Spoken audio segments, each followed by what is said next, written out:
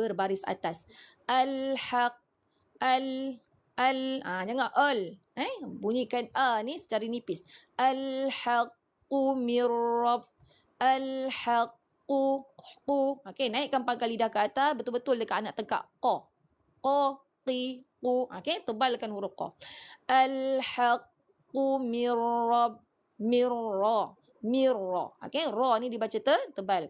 Al-haqqu mir-rabbika fala, rabbika fala. Ka ni dibaca nipis. Ka fala, ka nipis, fa nipis, la pun ni nipis. Al-haqqu mir rabbika fala takum,